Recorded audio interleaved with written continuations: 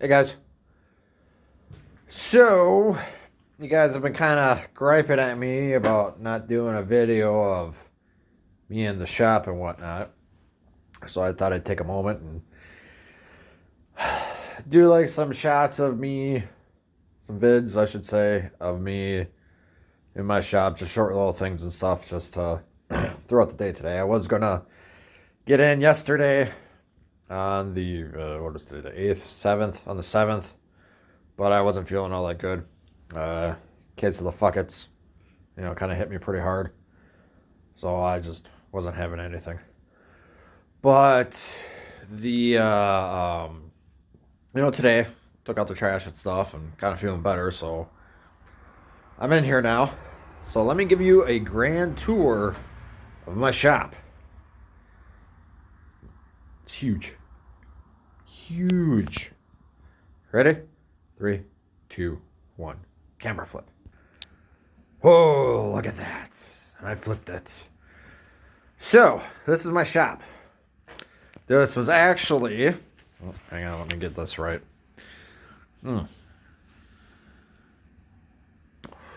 This is actually a carport that I modified into my shop. You can see the ribs, evenly spaced out and stuff. And, my beautiful walls that I added in. I mean, I could have bought them for like, it was like $700 for front and back wall here. And I was like, I got the wood.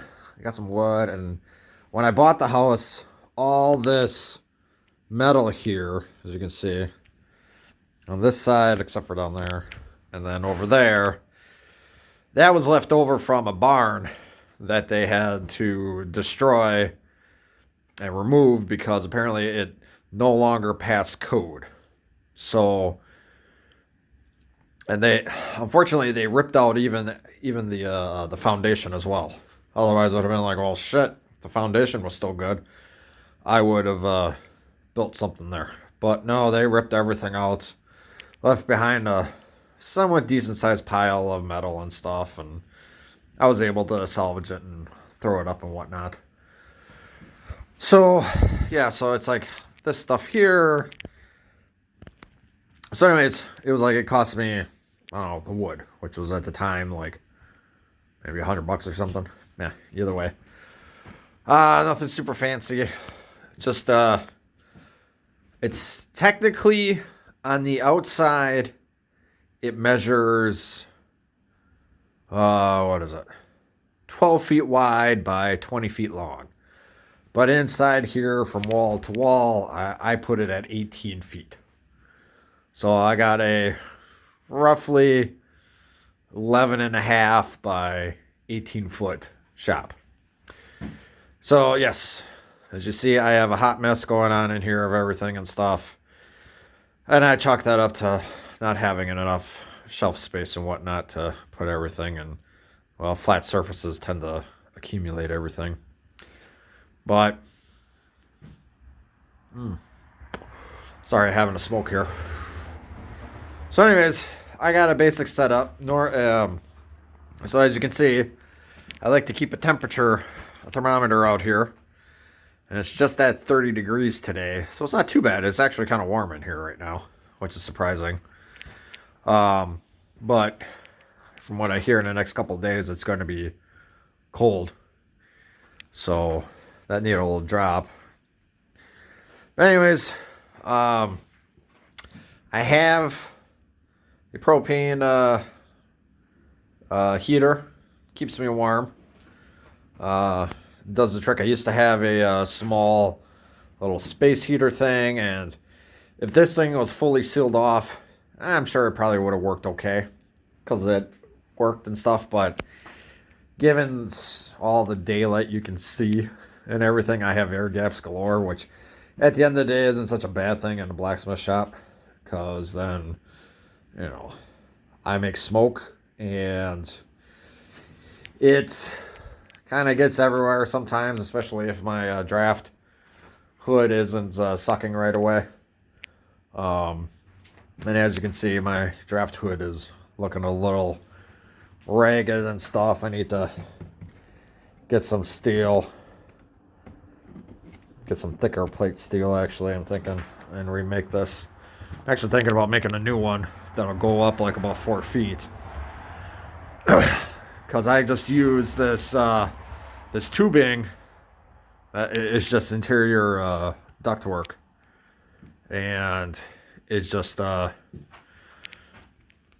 it does the trick. It sucks the air out and everything like that. It's just I don't have a really great seal on top to be able to keep all the moisture out. It used to be a lot worse.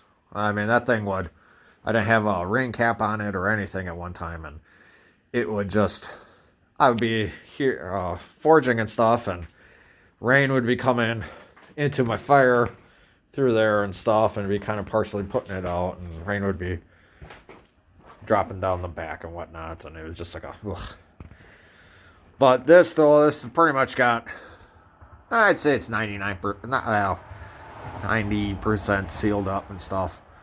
Like I don't get water over there anymore, but I get a little bit of water back there, and I gotta fix that up come spring. Well, I'm probably gonna redo that when I do that too. It'll be different. And then, I got my water entrapment guide thing here that takes the water over to there, and then it drips it down to right there.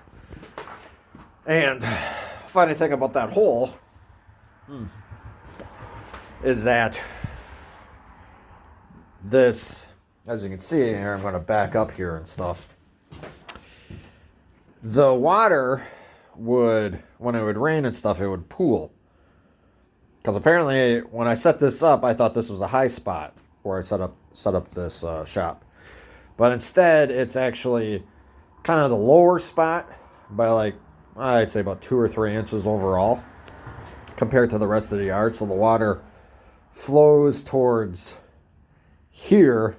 And then since this is my area, you can kind of see how I stomped it down over the years, the last 3 years. But it would just get big pools of water. I'd get water all over the place. There'd be days where it'd just be so flooded out I couldn't even walk in here. I was standing in like 2 inches of water. I had nowhere to go. So I dug this hole, and it's a guy online told me about a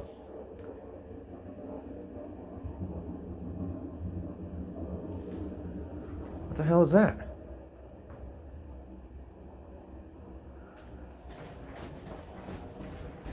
Well, I think that's a snowplow.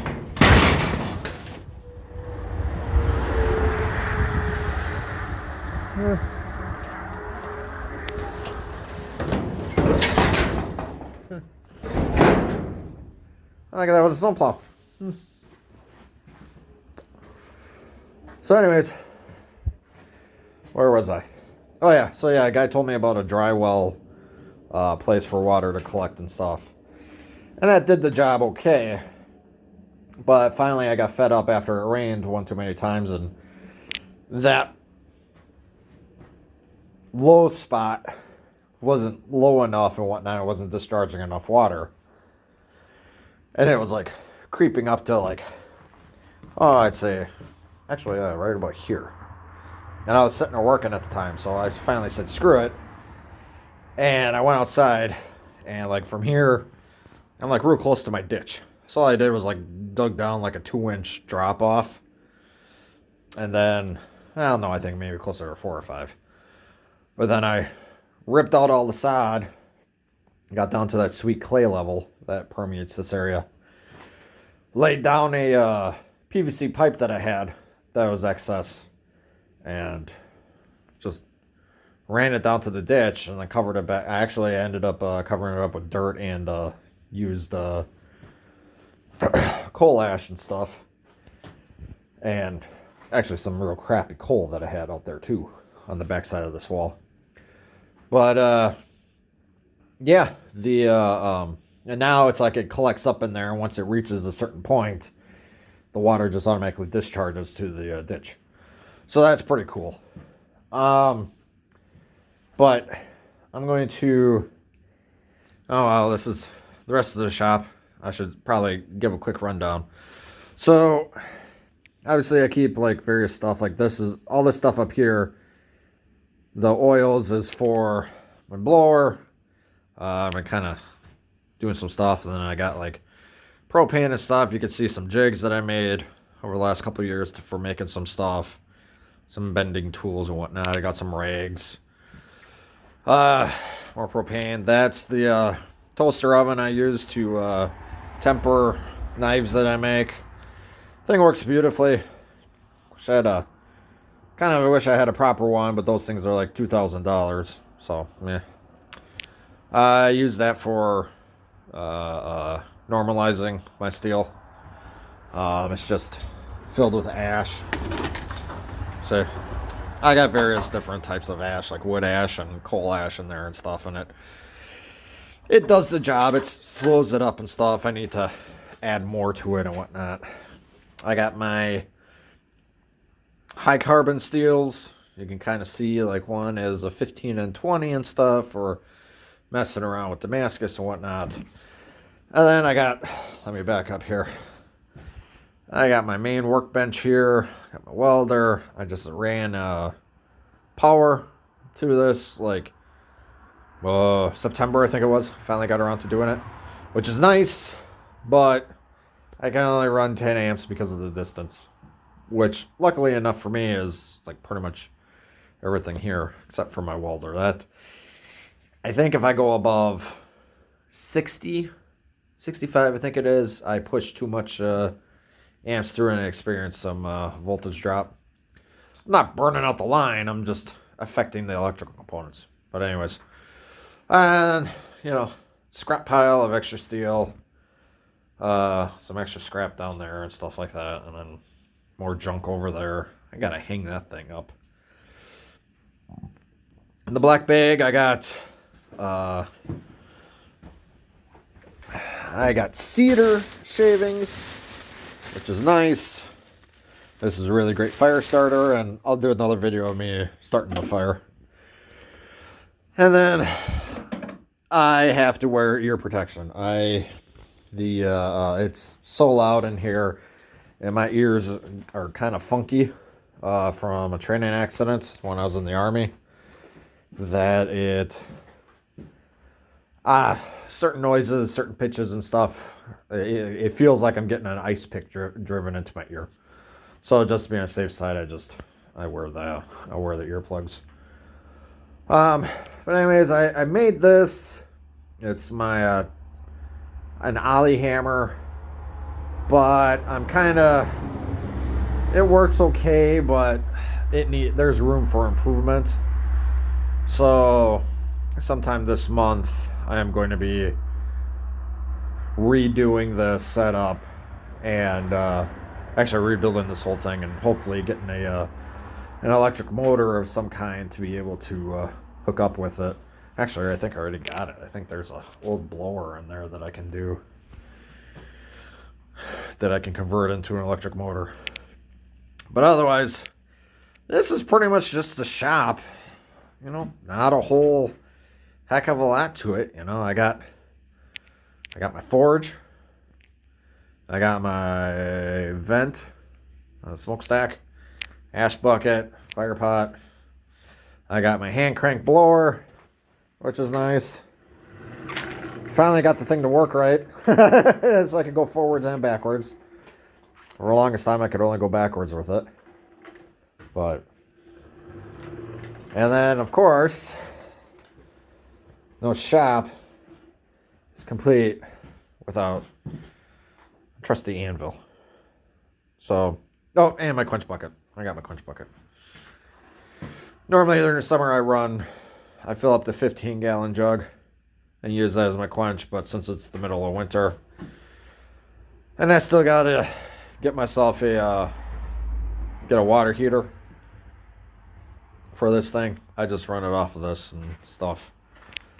It kind of gets the job done and whatnot. So, yeah, that's pretty much all I got for right now. Actually, I think I'm going to make another video for showing how I do the, oh, that's interesting, how I do start the fire and stuff, so you guys can kind of see that. All right, that's it.